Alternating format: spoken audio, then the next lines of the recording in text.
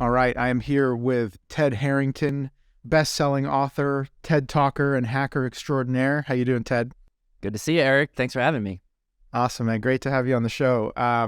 We met a while ago in kind of our mutual CTO community, but really hit it off just because we're both hackers at heart, and we both have kind of come up through the trenches of doing maybe some naughty things in the digital space growing up. And so, yeah, we're going to talk about how, your story and how you've come up, through the ranks as a hacker and now put on the white hat and are now helping other companies make their products more secure. Uh-huh. But just to get started, I want to hear about your journey. So what put that passion in you for computers in general and hacking more specifically? Well, you framed that as that you and I are hackers. I would posit that everyone has a hacker in them. And the question is whether or not they allow themselves to let their hacker out. So we'll talk about that idea, I think, throughout our conversation. That's a realization I think I came to only recently, like only in the past couple of years, because for a long time in my career, people call me a hacker. And for a long time, I was like, I'm not a hacker because I'm not the guy who is, behind a terminal hammering on, some app or something. And then as I realized, well, what is a hacker? And a hacker is a creative problem solver. A hacker is someone who is contrarian in the way they think. They look at a situation, they say, well, can I do it differently? And I was like, oh, that's 100% me. And so to answer your question more directly, I mean, how I got to this was really through entrepreneurship. And that's even since I was a little kid, I knew that what I wanted to do was build things and, build companies and solve problems. And I started my first company when I was in college, and it went pretty well. It was profitable, but I really didn't want to do that anymore. So by the time I graduated, I then decided that I wanted to get some experience from other entrepreneurs. And so I wound up, working for a cool little entrepreneurial organization in San Diego. And then I became the CEO of this water tech company. And it was an interesting time because that was when, you live in California. You remember when there was those massive droughts? Like people were telling us in California, like not to water the lawn and not to take showers certain days. And I was like, this is the perfect time for a product that saves water. Like the timing couldn't be perfect. And that was when I realized that people aren't really willing to spend money ever on anything, including things that they need. So that company wasn't going that well at the time. And that was when I met the guy who became my business partner. And his name's Steve. He came out of the PhD program at Johns Hopkins, and they were doing these really cool things around hacking cars and hacking phones and just really interesting stuff. And it was one of those like the universe aligned type moments, because what he was looking for was someone to help him grow this idea of this company. And I was looking for a company that had certain values to it, or at least a profession that had those values. And those values were things like, doing things that are difficult and serving others and things that force you to get better every day. And those three things, those really are the definition of the security profession. And when we lined up, it was like, we got to do this. And so he and I, that was about 11 years ago. And we've been building this ethical hacking company for all those years together. And then a couple years ago, within that, we started another company that's a software product that helps large enterprises deal with managing their risk of their vendors and third parties. So I really learned it through entrepreneurship. Like day one of when I started doing this hacking company with Steve, I didn't know anything. I was literally learning it as I go. And I'm like, okay, well, I kind of understand how like buyers and customers think. I understand maybe aspects of marketing, I understand leadership and mentorship, but I didn't understand security. And that was really invigorating to me, to be in a position where it's like, I don't know anything, it's time to learn it. And 11 years later, I have a best-selling book on the topic. So like, I kind of look at myself as the example for anyone who's like, oh, it's too late, I can't learn that thing, I don't know enough, I don't have the whatever. Be like, if I can do it, you could definitely do it. That's interesting. So it was sort of about discovering your inner hacker, or discovering that mindset. Yeah. So what is that? What were some of those war stories, or so those crazy projects that you guys worked on? Oh man, we've seen so many cool things. One that's one of the dramatic. There's so many dramatic ones, but one of the really dramatic ones was I remember this. We were all sitting around one day, and we're doing this thought exercise. And the thought exercise is, well, what's the worst thing that could happen? What's the worst thing that could happen as a result of a security breach? And it's a pretty creative group, so we came up with a lot of different things that would be pretty bad if they happen. But certainly at the top of that list in terms of impact, at least in my opinion, was, well, what if someone got hurt? Or what if someone died as a result of a security incident? So we're like, that's fascinating. Let's explore that.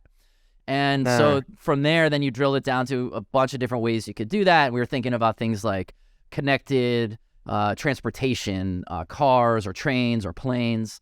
But healthcare really stood out. And so we said, all right, well, let's look at healthcare. And so we put together this study where we solicited all these healthcare organizations, these hospitals, a bunch of medical device makers. And we were like, we want to do this thing. We want to study not privacy issues, which is what healthcare cares about. We want to talk about patient safety issues. And interestingly, we were told, like, everyone told us no all the time. Eventually, though, we persevered, we persisted, and we were eventually able to get, I think it was about a dozen healthcare organizations spread all across the United States to let us do this thing. And it was eye-opening, the results. We found all these different ways that attackers could actually hurt or even kill patients, and in some very unexpected ways. So at the time, there were researchers already looking at things that are what are known as active medical devices. So like a pacemaker, that's an active medical device, meaning it's actively doing something to the patient, manipulating your heartbeat. There were people looking at that kind of stuff, and that's a very good place. I'm glad there are security researchers doing that, because the connection is pretty logical, right? If you can manipulate that thing that manipulates your heartbeat, like, that could hurt somebody. Yeah. We're like, what about everything else, right? We're like, what about passive devices? What about things like that aren't directly doing something to the patient? So an example would be patient monitors. And those are the devices that are right next to the bedside in the patient's room. We've all seen them. They report like your heartbeat, your oxygen level, stuff like that. And we found that an attacker from anywhere in the world could access the device, could bypass authentication, which means they could, manipulate it without needing to even log in effectively. And then they could perform what's called remote code execution. So they could actually get the device to behave in response to whatever they told it to do. So that meant, for example, they could disable the alarms. So if you think about a patient who's having like a heart attack or something, or an irregular heartbeat, that should signal the central nursing station. But the nurses wouldn't know when this attack is happening, because it would be replaying a healthy patient back to the central nursing station. And we're like, that's wild. No one even thought to look at something like that. Certainly not the people building these systems, not the people deploying them, not the healthcare organizations themselves, definitely not the physicians and nurses. They're there to just use the technology. And it was really interesting for us to realize that in something with as much oversight and as complex as healthcare is, there's whole areas that could materially hurt human beings that aren't even being considered. So it's stuff like that is really rewarding in a profession like this, to be able to look at the problems that people might not have even thought, the questions they don't even think to ask. We think to ask them, and then can explore, okay, well, what happens if X happens? Yeah, so you got that healthy paranoia. There's paranoia. I have a similar story that I want to share. And it was actually the moment, it was this crossroads for me between becoming a black hat and a white hat hacker. Okay. So I started, I've been a hacker since I was literally a little kid. My dad used to buy me He-Man toys that lit up and made sounds and stuff, and I would take them into my garage and tinker with them, pull them open, rip out the circuit boards, and I had these weird contraptions that I made with like 9-volt batteries attached to speakers and attached to lights, and I would like poke around at things and tried to see if I could make it do something, and usually what I was doing was just like closing a circuit, right? Closing a connection, and it would beep and it would light up. And, you know, as like so a cool. 5-year-old kid, I was like, yeah, I'm doing Yeah. something, right? And then I would try to put them back together again, and I'd like swap out the wrong parts and, you know, just make these like really hideous Frankenstein monsters. And my dad hated that I did that, but obviously that was like, that was it. That was in my DNA. Yeah. And then when I was a teenager was when we had our kind of first home PCs and the very first internet, like dial-up internet, right? And we had these, for the young bucks out there, bulletin board systems where your computer would dial into, let's say, something like a website, what it would look like today. And there'd be chat boards and file servers and games and things like that you could play. And so there were kind of above board, you know, general bulletin boards for social stuff and for companies. But then there were also ones that were, let's call it like the dark web. And I got pulled into that stuff because I wanted to play video games and I didn't have money to buy video games. My dad wouldn't, because they were pretty dang expensive back then. So I started getting into kind of like the pirate scene, and that kind of connected me with a cohort of people, right, that were into this world and taught me how to hack, not only just cracking the games and stuff, but also how to hack into other BBSs. And we started a little vulnerability or security. Well, I don't know what we wanted to call it. Let's just say it was an entrepreneurial organization. Love it. Back then, all of these different BBSs were run on different kinds of software, right? So like you had Major BBS and you had Vision X and you had Renegade and you had Wildcat and like all these different companies that would make their own platforms that people would put their sites on. And so we had one that was kind of designed for security. And so that company hired us kids to go and hack other people's sites and then leave a calling card that says, you should use this other software instead. It's more secure. This was before there were even like digital, you know, DMCA, like digital security laws back in the day. So it was kind of like Wild West. But so we were hacking all these sites or these bulletin boards and whatnot. Okay. So I made a group of friends and we just were having fun hacking things, and we were doing the phone phreaking, and we were, you know, trying to get free stuff and doing whatever. I took it as far as there was so as companies started to get connected, you know, they would connect modems to their computers at their offices and whatnot. And I found that there was a resort hotel in my neighborhood where I grew up. And I could see that they had the phone number of the modem printed on the side on a sticky note right on their desktop. So I jotted down that number and I went home and I dialed in and I was able to get into their system and basically give myself free hotel rooms and access to this resort. Wow.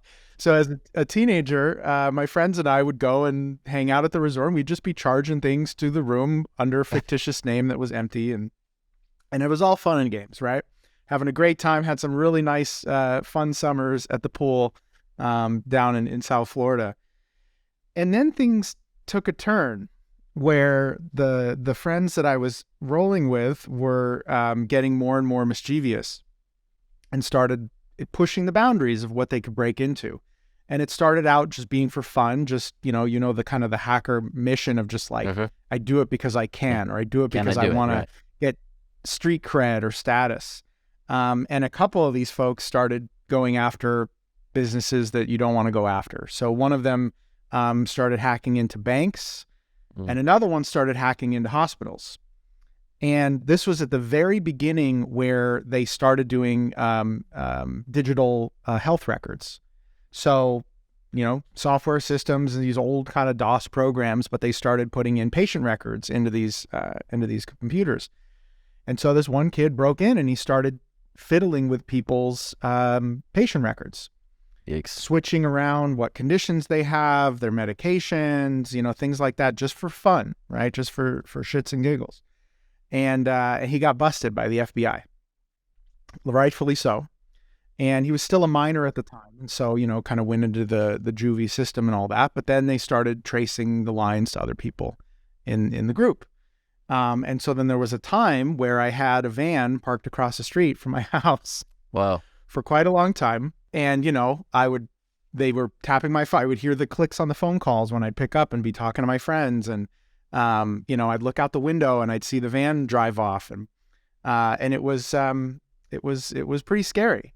Yeah. And there was a time when somebody finally came up and knocked on the door and started asking me about the people that I knew, and I answered a bunch of questions.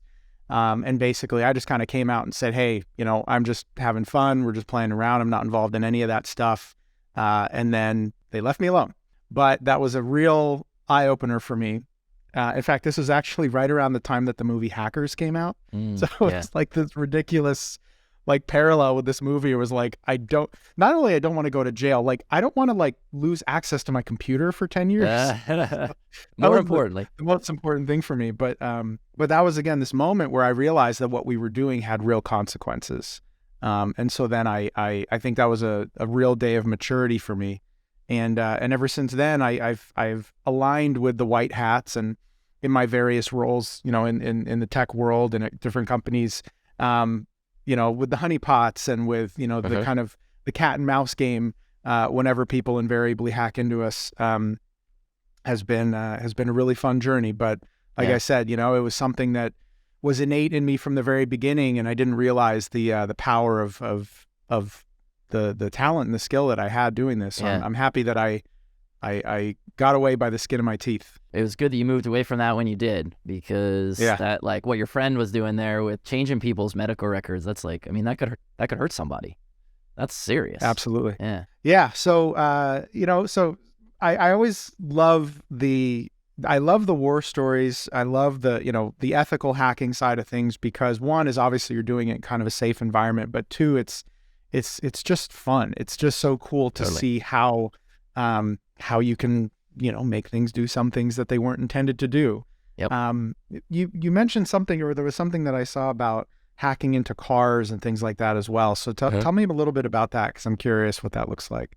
Yeah, that was actually the original origin story of the company. Really? So I mentioned my business partner came out of the PhD program at Hopkins, and along with a couple of his colleagues in the program and the professor who was leading the program, they were all doing this study together where there was this system that was pretty much deployed in almost all major car makers. Nissan, Mazda, Ford, like everyone was using this thing in part of the anti-theft mechanism. And it's this part of the ignition sequence. It's called the immobilizer. And what the immobilizer does is the immobilizer basically has a communication between the onboard computer in the vehicle and the chip that's in the car key. Like, how car keys are big?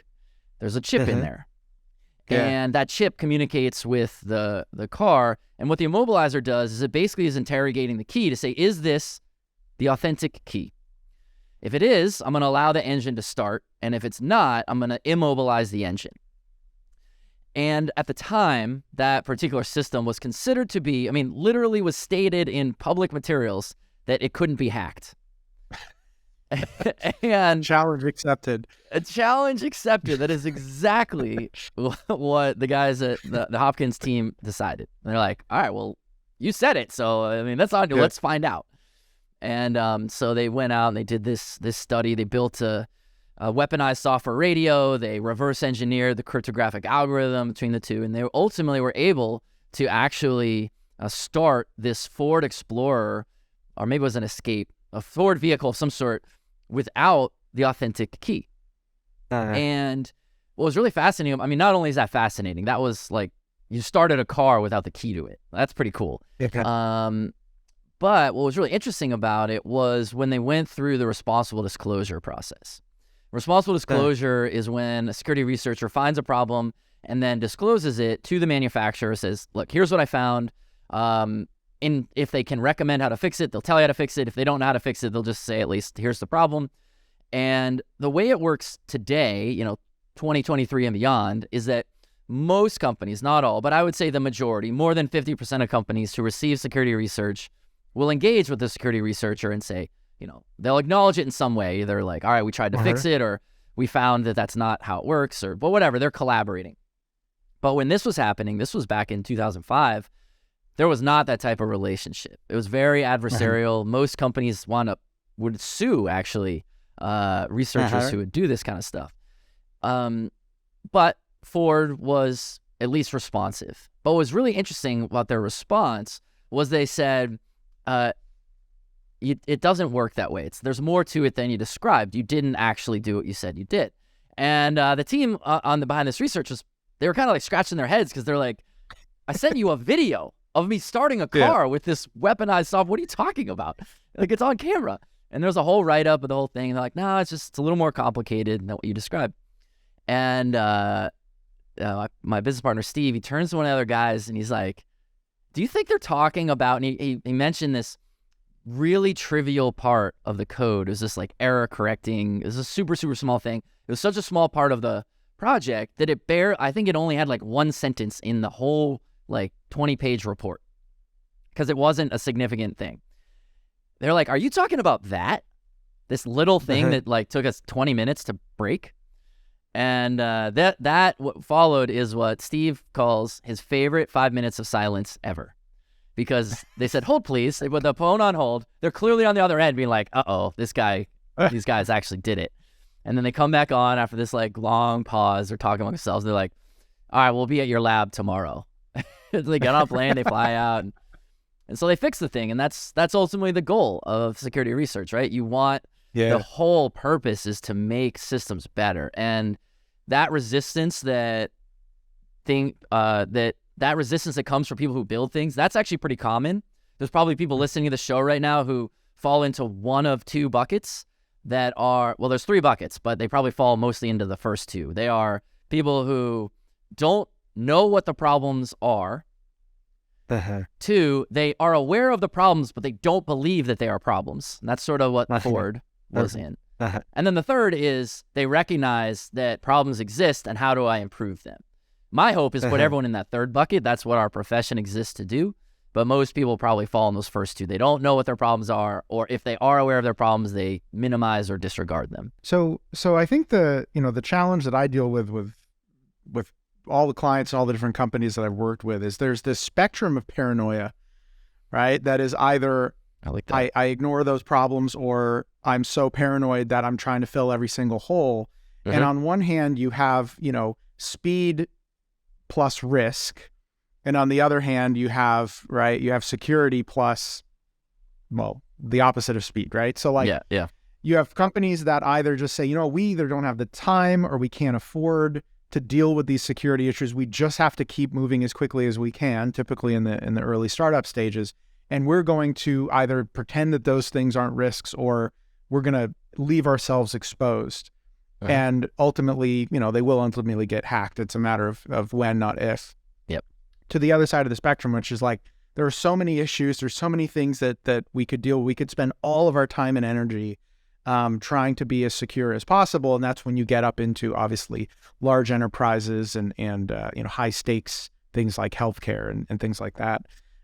So in kind of the early stages, the early growth stages of a company, what is like the right size or the right amount of security? What are the components or the pieces that they should be focusing on? Yeah, I don't think people should live on either end of that spectrum. Maybe if you're talking about like nation state level assets, maybe you should be on the like super secure end of the super secure, slow at all costs end of the spectrum. But anyone who's building a commercial business, right? You're building some software that solves some problem and someone's going to pay you for that. There's a middle ground. And how you find the middle ground is, it's like the way to think about it is like an S curve, right? So an S curve kind of starts flat and then it increases vertically and then it flattens again. And I refer to this idea as the Goldilocks principle of like how we should think about investing in security.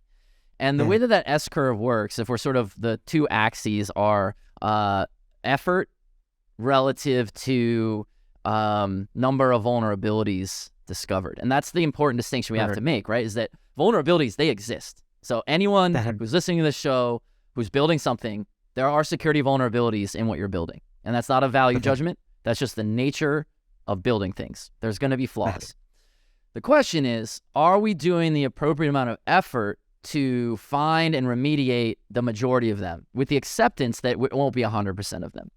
The problem is that what most companies do is they live in the bottom part of the S curve where it's flat, where it's almost like they put in so little effort that they get no results. And it's almost like what little effort you put in, might as well put in none. So a perfect example of people who fall into this category are people who are building something and they're like, oh, we should probably get some security testing done. I've heard this term penetration testing. Let me get that done. And then they go Google it and they find somebody who's going to charge them like $5,000. That is not a pen test. That's someone running a scanner against your system. It can only look for known issues. It has lots of false positives. And basically what you've done is you spent $5,000 to not really help yourself very much. That's where most people live. That's the bottom of the S-curve. The top of the S-curve, almost no one lives there. That's where you're putting in too much effort. You're seeing diminishing returns. You're investing and investing and investing, but you're not necessarily finding more and more vulnerabilities. Where everyone wants to live is in the middle of that S-curve, where you're getting a very high return of vulnerabilities in exchange for the amount of effort, which is dollars, that you're putting into it. So I can't necessarily give a dollar amount that's universal for everybody. In my book, I wrote a book called Hackable that I have a whole chapter that lays out, like, here's how you might set your budget. But there is this sweet spot that any organization can calibrate for their own organization. It's going to be different for every organization, but there is a sweet spot that's affordable, like within the range of affordability for a company of each different scale. Your threat model changes as you grow, and where you can actually eradicate that sort of that twist in your stomach where you're like, I'm really not doing enough for security and I know it. And this helps you get rid of that because it's spending a little more than zero, but it gets you to be able to build a better, more secure solution. Well, so tell me a little bit more about your book then. So this is a book that's designed to help business owners and so on do what exactly? Yeah, so I wrote this book for essentially three audiences that overlap around the same concern. They look at it slightly differently, and I address that in the book. But CTOs or equivalent, right? So people responsible for the technology of a system. That's one audience. The second audience is developers themselves, so the people who are actually doing the hands-on building. And then the third audience is security professionals who maybe don't know as much. They might know about one part of whatever their profession within the security community is, but they might not know about ethical hacking. They might not know about application security, stuff like that. And the reason I wrote this book for the particular combination of people is because in the context of running this business that's ethical hacking, I talk to people every day, whether that's our customers or prospective customers or people I meet after I deliver a keynote, stuff like that. And I found that almost everybody, no matter geographic location, no matter maturity of the company, no matter size of revenue, no matter size by headcount, everyone has the same problems when it comes to how you secure their solution. And I thought that was really interesting once I noticed that. It's like every conversation, there's like these 10 problems, and every conversation I'm talking about 3 to 5 of them every time. And I thought that was really fascinating. So then I started thinking about, well, how do people generally approach solving those problems?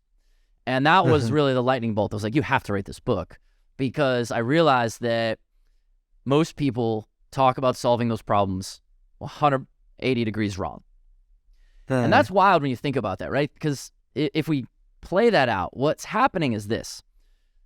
Someone says, I see a problem and I'm going to solve it by building some sort of system to solve that for whoever has this problem. So I'm going to go build this software or this company or whatever. They go out, they set out to build this thing, and then they realize in the process, like, oh, security is going to be a problem for me. So how do I address those problems? So they research, how do I solve this type of security problem? And the information they get to solve that problem is wrong.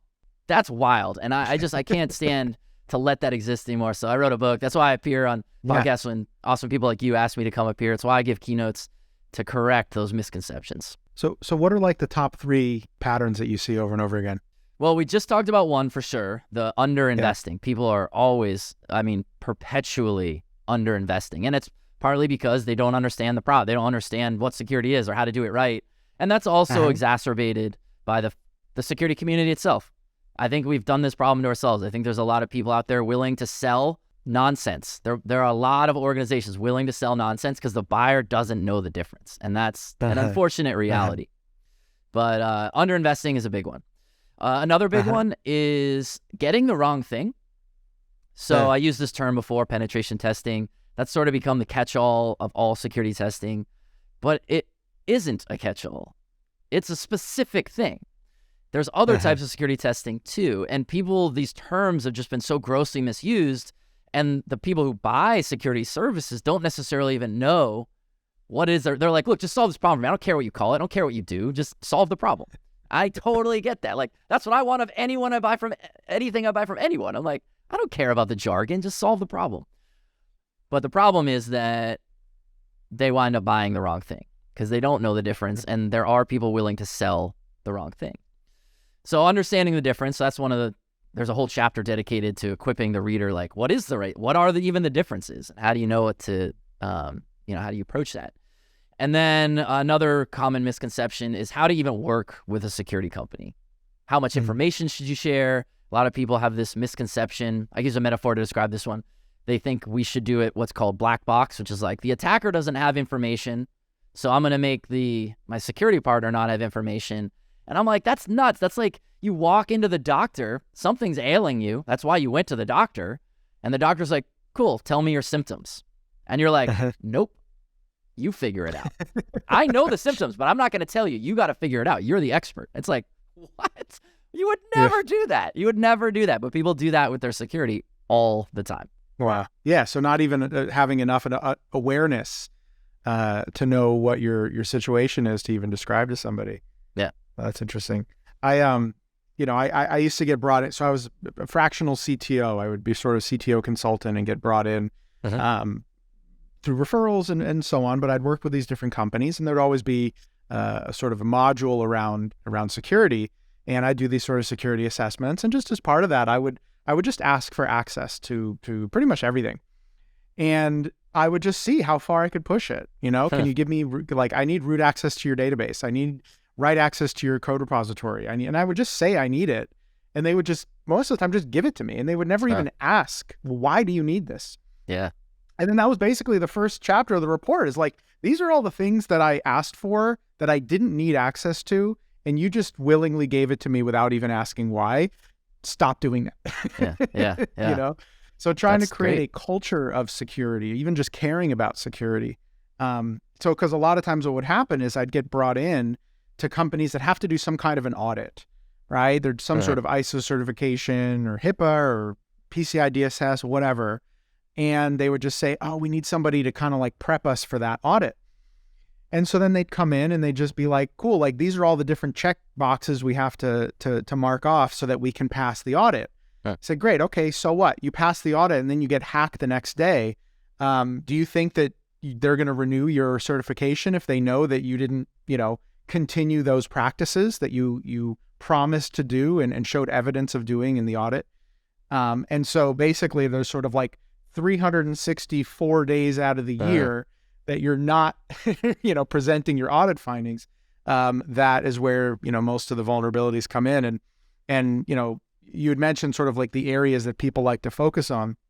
We are so terrible at social engineering, social hacking. Yeah. We tend to put way too much trust in not only people like me, but even our own employees. Totally. And so not having really good policies around, need to know is one of the kind of most fun and most common ways that I see people get hacked. Yeah, I mean, we should always be skeptical of people asking information. I remember this like years and years and years ago. I was in the process of trying to find a therapist, and so the first, you go like you do the like first consult or whatever with a few of them. And I remember this one I went to. They give me this. You have to like fill out a form as your patient intake form or whatever. And on this form was so much information that I was like, you don't need any of this stuff to understand like why I'm anxious about a thing. Like you don't need to know my medical history and all this stuff. And so I left most of it blank, with the understanding that when I sat down with the person, if any of it was really relevant, like, I do need to know your medications because it might be impacting your mental state. Like if it was sure. But I left most of it blank. We sit down, and the session was real bad because she was hostile to me almost. Like, why did you not fill all this stuff out? And I was like, oh, well, I'm just preserving my, my privacy. I don't see why you need that information. I'm happy to supply it if you need it, but let's talk about it first. And she was so thrown by me putting that like just little bit of friction that she didn't know how to recover from it. And I was like, am I giving you therapy right now? Like, who's giving who therapy in this situation? Like, it's okay, you're fine. But I think that people don't enough do that. We're like, oh, if someone's asked, especially if it's someone who seems of authority, I could totally see why you, as this trusted expert, come in and you say you need something. They're like, all right, sure, I get it. But we should pause a little bit and say, like, do we need to give this? Yeah. So obviously, from a consumer side, it's really critical that we're sort of mindful and protective of our data and our privacy. But so even as a company, we are stewards of our customers' data. And so one of the recommendations I always give is like, don't ask for anything you don't need. Certainly don't store anything you don't need. Yeah. Right.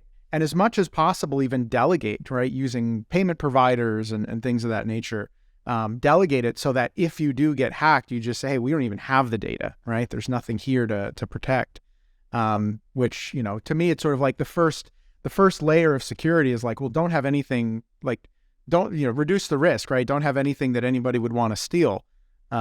Because again, it's not a matter of if, it's when.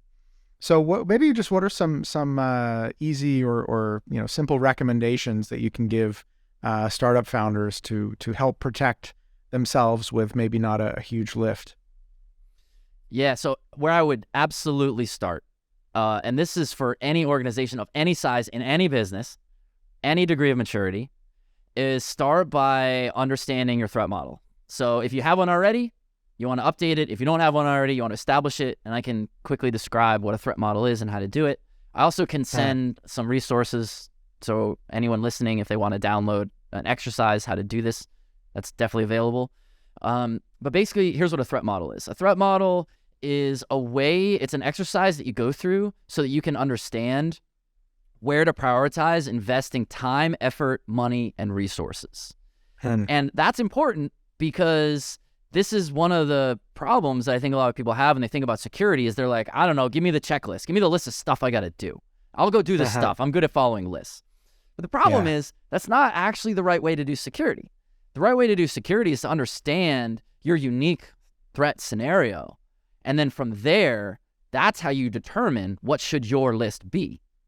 Right. So a threat model answers 3 questions. What do you want to protect? So these are tangible things like, is there data that you care about? Competitive intelligence? Is there business intelligence? Or there's intangible things that are like reputation, the brand, stuff like that. So assets, the first question, what do I want to protect? The second question is, who do I want to defend against? So now this is thinking about, are we talking about nation states and organized crime here? Are we talking about the small group hackers like the story you were telling, Eric, people who are interested in notoriety or just interested, can they do it? Are we talking about corporate espionage, stuff like that? So that's the second question. Who am I worried about defending against? And then the third question is, where will I be attacked? So these are what are called attack surfaces.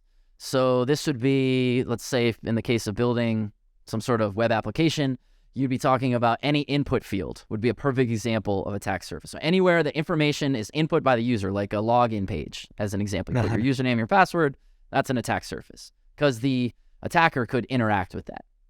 So now once you've sort of thought about these 3 questions, now what you're able to do is to say, okay, well, given what we care most about protecting and given the type of attacker that we care about who might be interested in that thing we care about, and given the way that we built the system that might provide access to that thing, now we know where we should start thinking about spending person power, development time, spend dollars. Where should we spend that? And that's going to be far more effective than I just found a list of like the 10 best practices that tell me some things about passwords and some things about user management. It's like, no, focus on your unique scenario. Because even within, if you think about anyone listening to this, right? If you think about what is it that your company does, and then think about your most direct lookalike competitor, whoever's the closest to you, are you two the same? And I think everyone would say no. So if you're not the same, even 2 companies who ostensibly to an outsider might look very similar, they're different. And so the threat models can be different. The defense scenarios can be different. How they'd be attacked is going to be different. So start with a threat model And then from there, that will dictate to you where you can invest time, effort, money, and resources.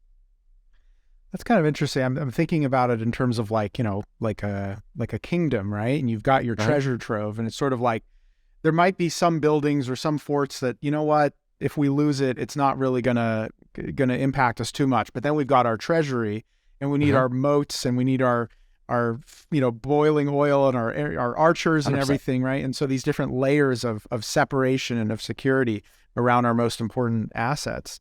So so that's kind of interesting, is like you can look at your whole company and then pick what are the different things that I want to defend. What kind of attacks could reach them, right? What's the line or the connection? And then how do we set up those different defenses? So what might be maybe like what are some examples of, I think it starts with that. What are those assets? What are those things that you want to defend? And obviously like our database is, you know, an important thing, right? Protecting personal information, financial information, health information. What are some things that maybe people don't think about, or that aren't incredibly obvious as an asset or something that they would want to defend? Let me illustrate that with a story, because this story, as it was happening, I was like, I'm going to write this in a book someday. And I did. I wrote it in my book. So I'm talking to this CTO of this company that's involved in essentially the ticketing process for events and festivals and stuff like that.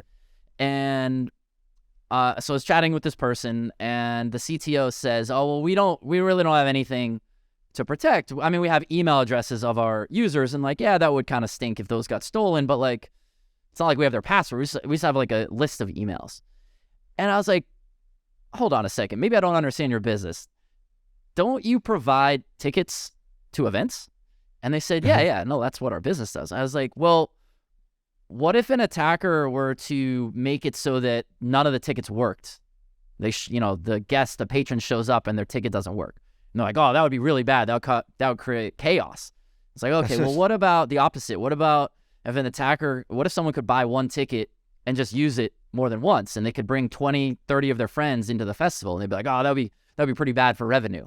We might lose the contract with that festival organizer next year. Yeah. I'm like, you see what I'm getting at, right? Like, you have more than just your the data. And that's where I think a lot of people struggle, is they just think about assets as data. They think about, well, what sits on our file server, right? And so data is important, especially if that data has monetary value to an attacker. Right. So it's not just about losing the account information. It's also making the application work in a way that it wasn't intended. 100%. To gain access or limit access. Yeah. I talk about this idea that the difference between some of the more commodity type approaches to how you think about security and security testing, the difference between that and where the actual magic happens, there's this pretty significant separation. And some of the baseline stuffs are like running scanners, looking for known vulnerabilities, stuff like that. But some of the higher order stuff are things, one is right along the lines of what you're talking about, which is called functionality abuse. So that's where you use the way a system works in the attack. So if you think about how a system is supposed to work, are there aspects to that where you can actually use that to attack either other things within the system or attack other systems? And these are some of the most commonly overlooked areas where people are limited to thinking about, well, how do I make sure that our customer list doesn't get stolen? Okay, that's important. But what if you violate your customer and your customer doesn't want to work with you anymore? What if you do something that causes someone to be unable to generate revenue, whether it's you or some other third party? Like, these are the problems that people really should be thinking about. Interesting. So there's kind of a tangible asset that you want to protect somebody from stealing. There's, you know, people can tear you down so that you can't operate. But then there's this, you know, mind control, right? Where they can take over your system and use it for nefarious purposes. That's pretty interesting. Yeah. Huh. Yeah. And so does your book Hackable sort of teach people how to think like a hacker and kind of think up these scenarios? How could things go wrong? Yeah, I mean, I think that's sort of a life mission for someone to want to really learn how to think like a hacker. But yes, in the book, I address that by describing what are the misconceptions around how we even think about security, how should we think about it differently, how do attackers think. I actually just gave a TED Talk a few months ago that talks about this exactly. It's called Why You Need to Think Like a Hacker. This is an idea that I'm really passionate about. And any TED Talk needs to speak to a general audience. So I had to figure out, how do I take my niche expertise, which is building better, more secure systems, software systems, and make that relevant to the 98% of the people in the world who have nothing to do with building software systems. Wow. And I realized that it was this idea, right? It's like, how do hackers think? And I realized that because hackers think differently than the way most people think, that leads to new ways to approaching a situation. And if you can look at your situation differently, then that reveals new pathways to achieve your goals. So what hackers want to do, whether they're the good kind or the bad kind, is hackers want to say, well, the system's supposed to do X, can I make it do Y? And that thought process can be applied to everything in life, right? Like, I want to get a promotion at work. Most people do it by doing X. Well, what if instead I did Y? Or what if X didn't matter? What if X didn't apply? What if X was impossible?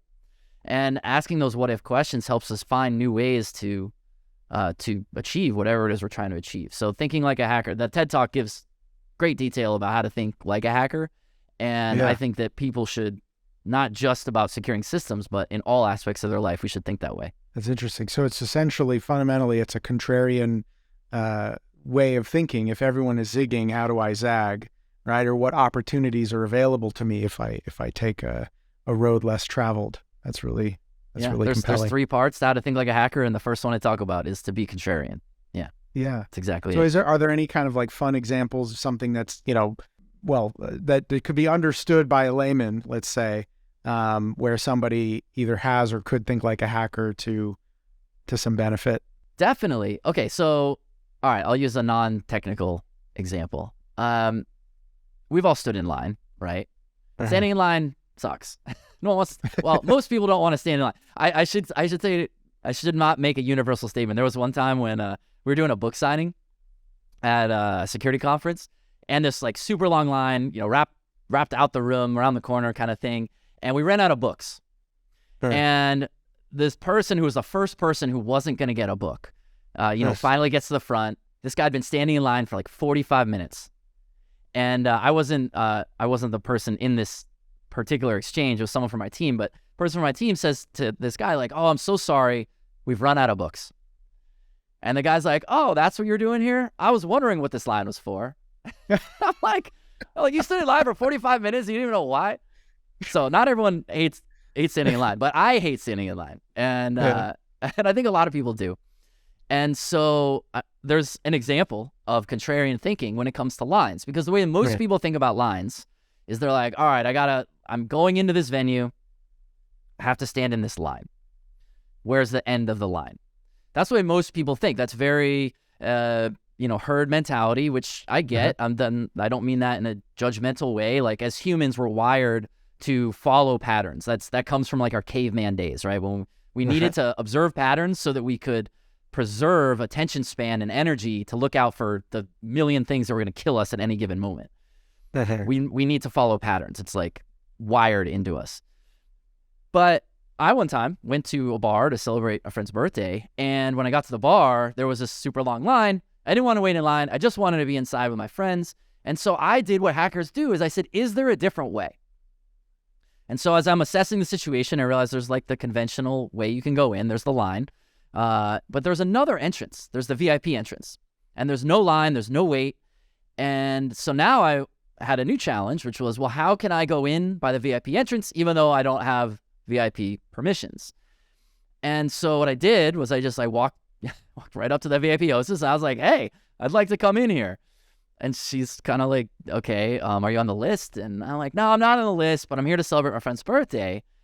And she's like, oh, well, your friend must be on the list. Is your friend on the list? And I was like, I actually didn't know. I didn't know. I was like, I don't know if my friend's on the list, but wouldn't it be awesome if you let me in anyway? Like, I'd be in there, I'd be spending money. I'm a fun person. Like, this will be great. And it's like totally ridiculous. Like, why not? Why not just shoot the shot? And she sort of thinks about it for a second. She's a little taken aback because I don't think anyone's ever really done that. Like, I'm sure people have tried to talk their way in, but I don't think anyone's been like, yeah, but you should let me in, you know? And so she thinks about it for a second, and she looks down at her clipboard, and she's like, yeah, that does sound pretty good. And she like opens the velvet rope and just lets me in. So I didn't have to wait in line, and it was great. And now that's a ridiculous story. Like, who cares? This isn't life or death. I mean, this isn't like hacking patient monitors or anything. But it really shows what happens when you can kind of break away from the pattern and say, like, how do I think about this differently? How can I achieve my goal in a way that's unusual or atypical? Like, what's the opposite of the way I'm supposed to do it? And I think about that story whenever I think about contrarian thinking, because everyone can relate to having stood in line at some point. And that's what happens when we start asking those questions. Now, most likely, in most cases, the person's going to say, like, no, you can't come in here. You got to get in that line, get in the normal line. It's like, all right. But at least I tried. I like probed that as an opportunity. And in this case, it worked out. Well, and you talked about, you know, your kind of attack surfaces. People are the most vulnerable attack surface in any organization, right? So we don't think about, or maybe we do a little bit, but don't think about persuasion as a hacking vector, but it's in fact the most valuable and easy one to break into, because people are prone to persuasion. Yep. One of my favorite book, other than Hackable, related to this is Kevin Mitnick's Ghosts in the Wires. So I grew up with Kevin Mitnick. You know, as I mentioned, I was, you know, the phone freaking days, and he was absolutely the man. He was the best hacker in the world for much of the 80s and 70s, 80s, and 90s. And this book is phenomenal firsthand recount of his epic hacks into some, you know, the biggest telcos and companies in the world. And I was expecting him to, you know, recount a lot of these technical aspects of how he broke into these various systems. It is almost entirely social engineering. It's all about persuasion. It's walking in somewhere, acting like you belong. It's talking to somebody, acting like you know them, or you know somebody that works there, or you used to work there, or what have you. And it got to a point in the book, and not to spoil it too much, where the FBI is trying to track him, and he ends up hacking the FBI and was able to monitor and see where they were tracking him because of these reasons. So that's, I think, something that I think of as like the layman way when we think about hacking is, well, it's really about persuasion. Yep, I totally agree with that. I think that's a skill that's not really taught in, well, people who are pursuing social engineering, like 100%, everyone's doing that. But everyone else, it's not, I mean, security is not very well taught in an academic setting already as it is. And there is definitely no courses about the principles of persuasion and what makes someone, you know, build trust with someone else and that kind of stuff. Definitely. I totally agree. Yeah, it's the same as sort of modifying a key to start a car. You know, when you have persuasion, you're able to use that person as a way to either gain entry or to you know, do something that you want them to do. So so I love that. So I want to make sure that anyone can find it. So first off, the book is hackable, right? Yep. And they can find it, I assume, anywhere books are sold. Yep. Is that right? Yep. And then Amazon, you're a TED speaker as well. So where can they find your TED Talks? Yeah, I'd say the easiest thing to do, you can find info on the book, on the TED Talk, on our security consulting services, on how to follow me on social media. Just go to tedharrington.com and everything is right there. There you go. Awesome. All right. We'll make sure to link all that in the show notes and everything. And then as far as your company is concerned, ISE, so what kind of services you offer in sort of a quick pitch, if you will? So we help companies build better, more secure systems. And so those services include security testing, like pen testing or vulnerability assessments, stuff like that. But also just consulting, design consulting, helping people make better decisions. And one of the things I think that's really powerful, especially about early stage companies who look at something and they say, well, we can't get testing yet because it's not really built. That's the best time to have security because you can talk about it at a design level and say, let's make this circle and this triangle interact in this way. Instead of you already built the circle and the triangle and they don't operate that way, now you have to rebuild them. And I think that's the beauty of the most effective way to do it. Awesome. So a company can engage with you during that design process to sort of consult and help them think through how to design it in a secure way. Kind of, Yeah, as you mentioned, like how do we design, the moats and the turrets and so on to totally. defend these assets? Yeah. It's Awesome. I so love that. much more efficient that way. It takes so much less effort.